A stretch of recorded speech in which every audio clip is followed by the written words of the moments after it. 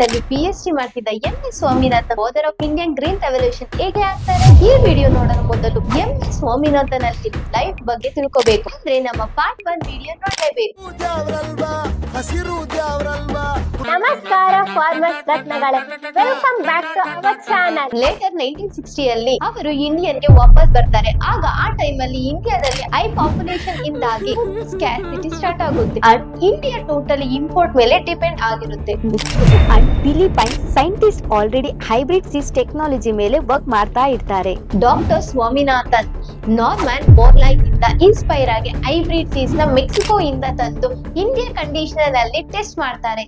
ಈ hybrid seeds high heal ಕೊಡುತ್ತೆ and disease resistance and shorter growing period ಇರುತ್ತೆ and ಇವು ಇಂಡಿಯನ್ ಕಂಡೀಷನ್ ಅಲ್ಲಿ ತುಂಬಾ ಚೆನ್ನಾಗಿ ಅಡ್ಜಸ್ಟ್ ಕೂಡ ಆಗ್ತಾವೆ. ಈ ಗ್ರೀನ್ ರೆವಲ್ಯೂಷನ್ ಗೆ ಗವರ್ಮೆಂಟ್ ಸಪೋರ್ಟ್ ಕೂಡ ಸಿಗುತ್ತೆ ಅಂಡ್ ರೈತರಿಗೆ ಸಬ್ಸಿಡೀಸ್ ಕೂಡ ಕೊಡಕ್ಕೆ ಸ್ಟಾರ್ಟ್ ಮಾಡ್ತಾರೆ. ಡಾಕ್ಟರ್ ಸ್ವಾಮಿನಾಥನ್ ಬರೀ ಹೈಬ್ರಿಡ್ ಸೀಡ್ಸ್ ನ ಇಂಡಿಯಾಗೆ ತಂದಿದ್ದಲ್ಲದೆ India agriculture research education and ಪಾಲಿಸಿನೂ ಕೂಡ ಅಡ್ವಾನ್ಸ್ಮೆಂಟ್ ತಂದ್ರು. ಇಂಥವ್ರಿಗೆ ನಮ್ಮಿಂದ ಒಂದು salute. For more such agriculture inspiration stories, like, share, save, follow and suggest Farmers Ratna.